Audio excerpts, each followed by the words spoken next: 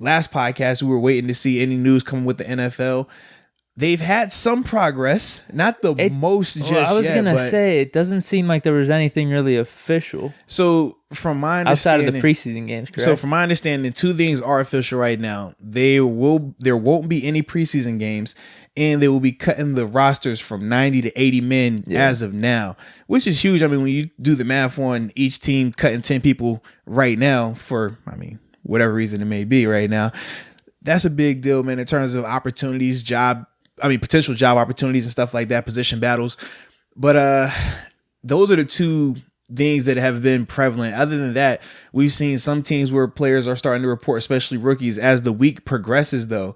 Then it will be coming time for like the veteran players. And I think that's where you're going to see a lot more action in terms of concrete ruling on testing and things like that. Because right now, outside of the two things we just talked about from a roster standpoint and from a preseason game standpoint, the two things that they're flirting with are, number one, testing every day for the first 2 weeks. Then if they don't have any positive tests, going and doing bi-weekly tests.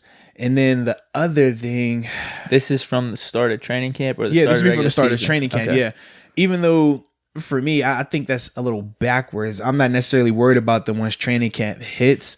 I'm more worried about it because you think training camp they're going to be a little bit more locked in. Right. Well, typically when you come into training camp, now granted, it's not like your traditional training camp. You're not going to be up at a college or something. Right. But I just think because of right now, this time of year, think about it, things are still on lockdown, right? You don't have schools opened up just yet. You don't have all the bars being back open just yet. But as this thing progresses, schools are supposed to be opening back up. So you think about the individuals who are living with school-age children, whether it's high school, middle school, elementary, it's going to be a lot more people that they're going to be coming into contact with.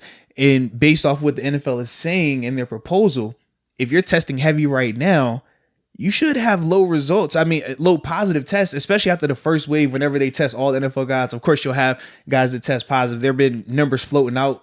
We don't know which one's accurate just yet, but they've had numbers float out in terms of the guys who've been tested, how many have tested positive.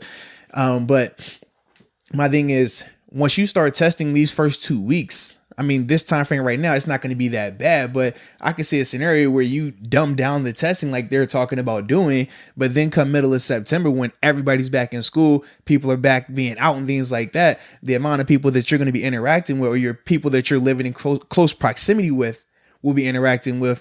Now the chances of somebody testing positive, but you not catching it because you didn't test them that week, now you have to worry about how did that spread and who were they in contact with on the team. So instead of you having just one person that should be quarantining, you could potentially have a lot more people quarantining just because of the lack of availability when you tested them.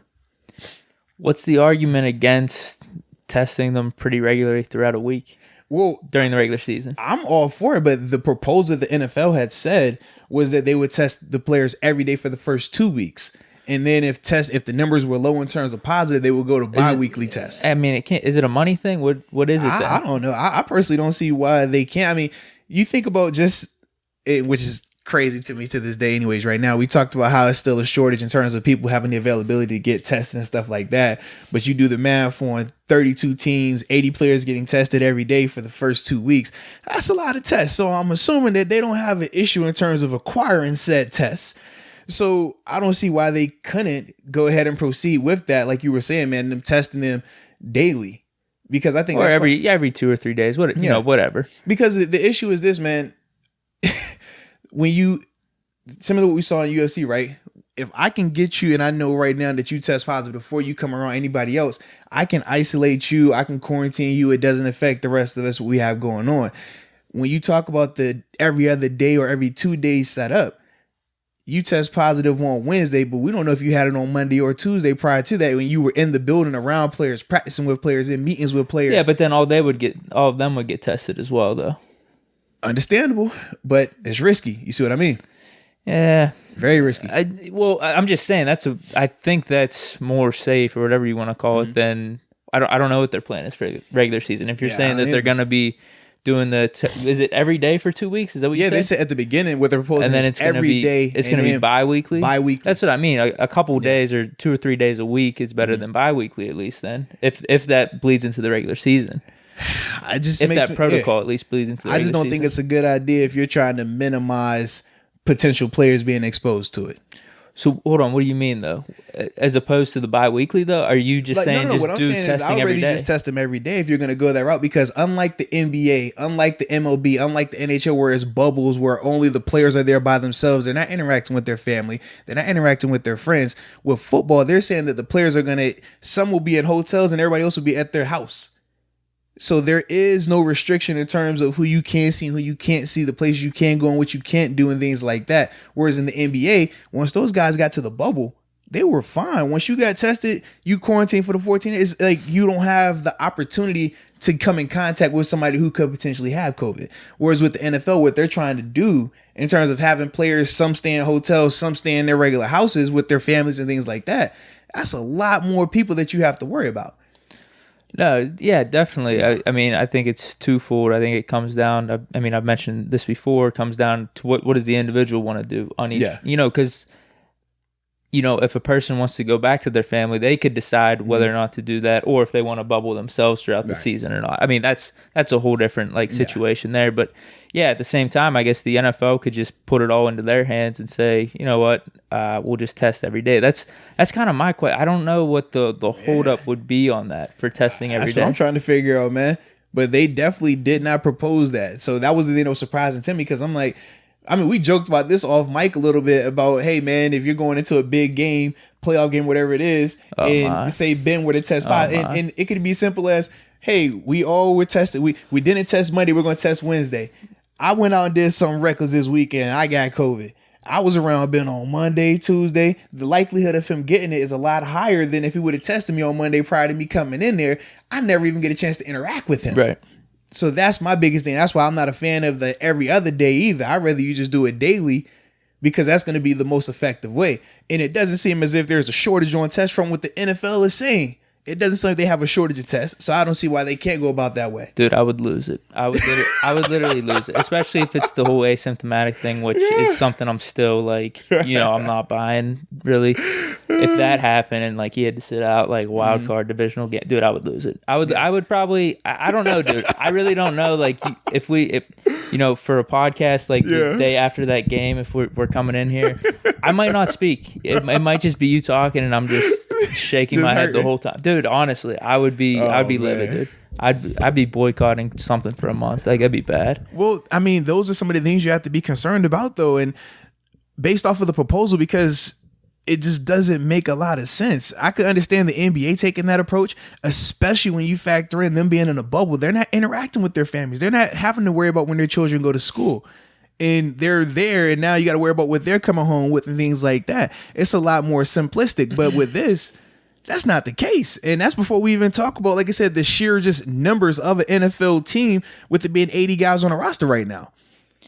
Now, there were a couple other things. Was it pay? Was it guaranteed contract if you want to sit out? So injury, like classifying COVID as an injury. What were because we were talking, like I said, we were talking about this off the mic after we were done recording last podcast.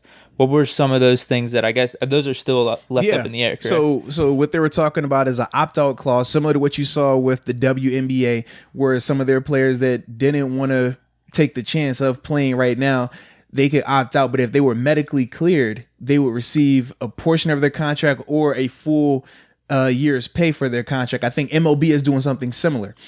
The thing with the NFL at the time, they hadn't agreed upon the number of the contract in terms of percentage wise, how much they would get. They didn't necessarily agree upon the opt-out clause fully just yet. They're both leaning towards agreeing upon it, but they haven't came up with the number of like I said, of the contract just yet. And then along with that, COVID being classified as a football injury, if they were to contract it while they're at training camp and obviously during the season, they still hadn't came to agreement on that, which is huge in terms of just kind of like what I broke down with you earlier.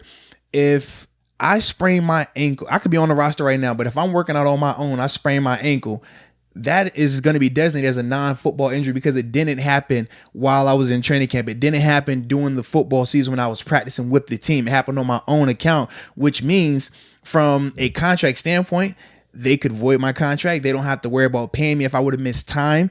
There are a lot of other things that go along with that because it isn't designated as a football injury. Now, I can have that exact same ankle sprain happen while I'm in training camp or during the regular season, and it's covered. The team pays for my medical. The team has to pay me my check. If they try to cut me during the process, they have to file an injury grievance, and then after that, I'll receive a compensation of game checks equivalent to how much time I would miss. And obviously, there's some other things that go into that whole legality and situation like that. But everything is covered because it would have been classified as a football injury. So what the players were saying was, with COVID, if we're coming to training camp and we're going to be here and doing all these other things and we contracted, treat that the exact same way you would treat that ankle injury. Treat that the exact same way as you would treat this elbow injury, versus what the NFL initially was trying to say was, if you catch it and you have to miss 2 weeks, that's on you. What about the regular season? I know you mentioned training camp and all that stuff, because I feel like regular season, it goes back to the whole, I don't know what the rules are with this whole, you have an ankle injury, you're skateboarding on your own time. Is the NFL covering that? What's the deal with that whole thing? During the regular season, it has to, if you hurt yourself during the regular season, but it has to be at the facility, it has to be football related for it to be covered. If you're out there skating on your own, if you're jumping at a trampoline park and you get hurt, they're not covering that. That's on you. That's probably the NFL's argument. Yeah, so that's what they're trying to say. You can get COVID. However, it doesn't necessarily have to be at the NFL facility, which is, there's a point that that's going to be something really hard to track. Yeah, well, without a doubt it will be. Man, I'm messing my mic up over here. But without a doubt it will be. But those are some of the things that the players are asking for, that they want to say that, hey, we want you to do this if we're going to take this risk and stuff like that. So what's the percentages of the whole ankle injury and all that type of stuff? What do you mean? You get your full contract? Full, absolutely, yeah. So I wanted, and this is the thing too. So as long if they, most of the time they won't even try to cut you. But it's certain times where if they try to cut you, then you have to fight it. And then from there, you usually come up with the injury settlement saying that, hey, we don't want you on the team, but how many games would you have missed if you hurt your ankle? All right, I would have missed 3 games. Then they'll give you 3 game checks of your, whatever your contract is, 3 of those checks. Some people, they'll say, well, look, man, we'll just keep you up here and just pay you regardless. Don't worry about it. That happens a good amount of times as well, just depending on where you are on the team. It's a lot different when you're talking the top 30 guys on the roster versus the bottom 10 guys on the roster. A lot of times this affects the bottom 10 guys in terms of the legalities of it, or guys that have big contracts that might have got hurt and how they want to play that role and stuff like that. Just the business side of it. Yeah, with anything, probably it's just meeting in the middle somewhere. Because someone comes down with it, they got to sit out 2 games, and it's probably got to be super frustrating too. It's like, I don't even know how I got this. I don't even feel any of these symptoms, this and that, but I can't get paid. You're not letting me go out there and get paid. So there's got to be some type of compensation, something. Yeah, well, like I said, that's what the players are fighting for right now. The NFL, I don't think it has to be the full amount, but man, I'm not going to be completely opposed to that. But I could see the NFL's argument of like, man, you could have got that on your own time. Oh, very true. But I think that's part of the sticking point. I'm a little frustrated that it took this long for them to even have these conversations. You were telling me about that. I mean, they knew about this. They had the most time out of all the other major sports in America to prepare for this. They wasn't during their season when this came about. They were in the middle of their off season. So they had numerous time to sit down, have these conversations, plan out how we can get over these things, and ultimately find a plan to make sure that it's safe for everybody to be at training camp, and then go from there and go into the season. I feel like they kind of just kicked it down the line a little bit, like, oh man, we'll wait and see, and never really went to the planning phase until the day before training camp was supposed to start. I mean, it was players that were supposed to report on Monday when we talked about the Chiefs and the Texans that didn't happen. But then I think yesterday, it might have been the Chargers yesterday, the Chargers rookies. I want to say I saw Justin Herbert was reporting.